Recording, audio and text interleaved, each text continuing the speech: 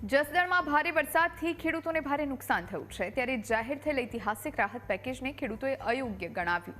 ખેડૂતોએ કહ્યું, આ રાહત પેકેજથી અમને વીઘા દીઠ માત્ર 3520 રૂપિયા સહાય મળશે। ખેડૂતોને મગફળી વાવવા માટે 5000નું વીઘા દીઠ બિયારણ થતું હોય છે, ત્યારે હાલમાં ખેડૂતોને મગફળીના પાકમાં વીઘા દીઠ 20000નું નુકસાન થયું છે।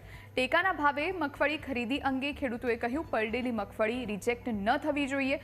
જો પલળેલી મગફળી રિજેક્ટ થશે તો ખેડૂતો મોટા પાયે વિરોધ કરશે।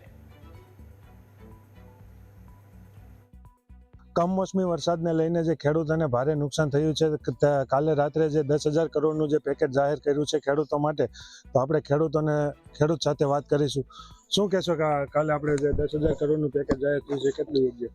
સરકારે ગઈકાલે જે જાહેરાત કરી 10,000 કરોડનું ખેડૂતો માટે રાહત પેકેજ, હવે મોટી જાહેરાતો આવી 10,000 કરોડ માતબર રકમ ને મોટી રકમ, ઐતિહાસિક પેકેજ, આ બરાબર, પણ કેટલા ખેડૂતો વચ્ચે આપવાનું છે એની જાહેરાત તો કોઈ કરો।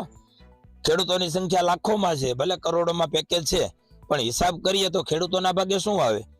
એક હેક્ટરના 22,000 રૂપિયા થાય તો આ સૌરાષ્ટ્રમાં અમારે હેક્ટર ઉપર નહીં પણ મોટા ભાગે ખેડૂતો ખર્ચ અને ઉત્પાદન છે એ વીઘા ઉપર હિસાબ કરતા હોય, તો એક વીઘે ખેડૂતોના પેકેજ પ્રમાણે 3520 રૂપિયા મળે છે। હવે અમારે ખેડૂતોને મગફળી વાવવી હોય તો 5000 રૂપિયાનું તો માત્ર બિયારણ વાવવું પડે।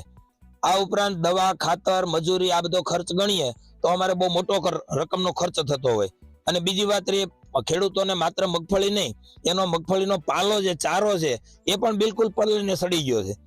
હવે જો જે ખેડૂતોને માલ ઢોર છે એને ચારો ખવડાવવા માટે કઈ રહ્યું નથી, 5000 રૂપિયાનો તો ચારો પણ ગયો છે, તો આવા પેકેજ કરતા તો સરકાર કઈ ન આપે તો કોઈ પણ વાંધો નથી। આપણી સાથે જે બીજા ખેડૂત છે, આપ શું કહેશો કે જે ટેકાના ભાવે મગફળીની ખરીદી કાલે છે?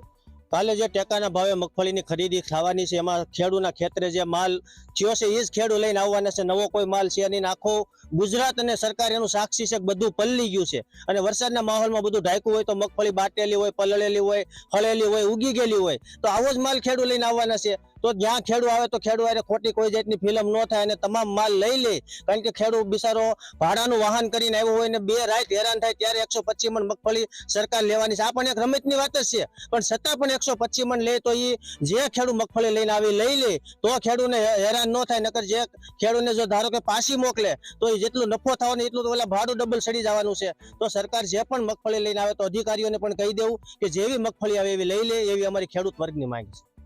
આપ શું કહેશો? જે આપણી સાથે બીજા ખેડૂત છે, તો આપ શું કહેશો જે આંકડાકીય જે આવક છે? સરકારે જે 10,000 કરોડનું રાહત પેકેજ જાહેર કર્યું છે એ રકમ બરાબર સરકારના માટે મોટી છે, પણ ખેડૂતના માટે ખૂબ નાની રકમ છે। હું તમને એક આંકડાકીય માહિતી આપું એ પ્રમાણે આ ગુજરાતના 56 લાખ ખેડૂત છે, બરાબર, તો એનું જે આપણે હિસાબ કરે અને જે સરકારે નક્કી કર્યું છે કે 22,000 રૂપિયા આપવાના છે હેક્ટર દીઠ, અને એ પણ લિમિટમાં 2 હેક્ટર, ઓછામાં ઓછા 2 હેક્ટર એટલે એ કોઈ સામાન્ય વસ્તુ કહેવાય એમ, કારણ કે કોઈને 8-10 હેક્ટર હોય તો એને એ પ્રમાણે વળતર મળવું જોઈએ। બીજું એ કે આ જે વાત એવી જ હતી કે ખેડૂતોના દેવા માફ થાય, તો મોટી કંપનીઓના 25 લાખ કરોડ રૂપિયા જો એક ઝટકીમાં સરકાર માફ કરી શકતી હોય તો આ વખતે ખેડૂતને 95,000 કરોડનું પેકેજ આપે તો તમામ ખેડૂતના દેવા માફ થાય, એ રીતની સિસ્ટમ છે અને શક્ય છે। જો સરકાર કરે તો આ વસ્તુ કરી શકે એમ છે। આપણી સાથે જે ખેડૂત છે દાદા, તેની સાથે દાદા, આપણે કેટલી મગફળી વાવી હતી ને શું? મગફળી તો જમીન હોય એટલી બધી બધાને થોડી વાવી હોય, પણ ઉત્પાદન ઓછું આવ્યું અને બધું હળી ગયું, તો એમાં કેવડી વણ ખોટ ખેડૂને અને આ બધું પલળી ગયું અને બધું ઉગી ગયું। આ ઉગી ગયું એ કેવડી અમારે નુકસાની, અમારે શેનું વણ તો બહુ મુસીબત છે। આ માલને કચરાવો કે એક ઉત્પાદન પૂરું ન આવ્યું તો એનું શું કરવાનું? અને આ ખેડૂત જરા આપે એમાં પડે કોઈ પૂરું। આપણી સાથે જે બીજા ખેડૂત છે તેની સાથે વાત કરીશું। શું કહેશો આપણે જે પેકેજ બહાર કર્યું છે? આ પેકેજ બિલકુલ યોગ્ય નથી। આ જે મોંઘવારી છે અત્યારે, કપાસના 16 વર્ષ પહેલા કપાસના 1700 રૂપિયા, 1600-1700 રૂપિયા હતા, આજે કપાસના 1400-1500 રૂપિયા છે, બરાબર। અને ત્યારે ખાતરની થેલીના 480 રૂપિયાની જે ખાતરની થેલી આવતી હતી અત્યારે 1700 રૂપિયાની આવશે। ડીઝલ પણ એટલું જ બધું મોંઘું છે। આના હિસાબે ખેડૂતોની જીવન ધોરણ બહુ નીચું જતું જાય છે અને આત્મહત્યાના દેશમાં તમે જોવો તો કેટલા ખેડૂતોના બનાવ બનતા જાય છે। આત્મહત્યાઓ વધશે ખેડૂતોના હિસાબે, આવી મોંઘવારીના હિસાબે, અને આના પરિણામ સરકારને ચૂંટણીમાં ભોગવવા જ પડશે। બહુ ખેડૂતો નારાજ છે। આપ બીજા ખેડૂત છે, આપ શું માંગણી છે?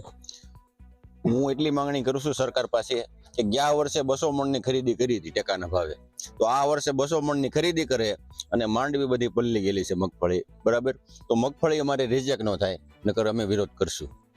બિલકુલ આપ જોઈ રહ્યા છો જે ખેડૂત કહી રહ્યા છે કે જે 200 મણની ખરીદી કરે અને 200 મણની ખરીદી કરે અને બધી મગફળીની લઈ લે તે જ માંગ કરી રહ્યા છે ખેડૂત. Jignesh Siddhpara, news capital, Jasdan.